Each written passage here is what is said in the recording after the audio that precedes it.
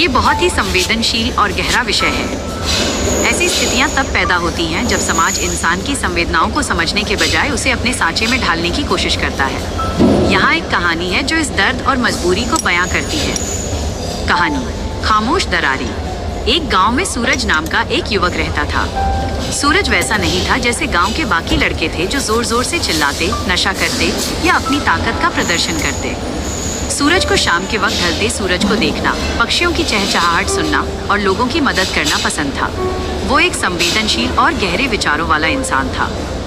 लेकिन उस गांव के लोगों के लिए मर्द होने का मतलब था पत्थर दिल होना। सूरज जब भी किसी अन्याय पर दुखी होता या अपनी भावनाएं जाहिर करता तो लोग उसका मजाक उड़ाते।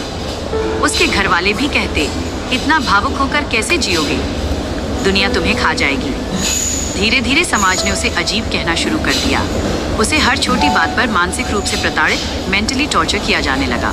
जब वो अपनी बात कहना चाहता तो लोग उसे बीच में ही काट देते। उसके विचारों को किसी ने समझने की कोशिश ही नहीं की। उसे लगने लगा कि वो किसी और ग्रह का प्राणी है जहाँ कोई उसकी भाषा नहीं समझता। सूरज का अकेलापन बढ़ता गया। वो भीड़ में होते हुए भी बिल्कुल अकेला था। लोग उसे नीचा दिखाने का कोई मौका नहीं छोड़ते थे। उसके ज़मीर और उसकी भावनाओं पर रोज चोट की जाती थी। एक दिन ऐसा आया जब उसे लगा कि इस दुनिया में उसके लिए कोई जगह नहीं है।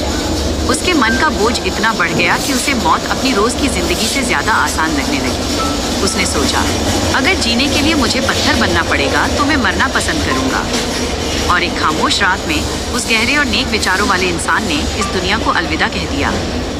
इस कहानी का सार मैसेज, जब कोई इंसान सुसाइड जैसा कदम उठाता है तो वो मरना नहीं चाहता। वो बस उस असहनीय दर्द और मानसिक घुटन को खत्म करना चाहता है।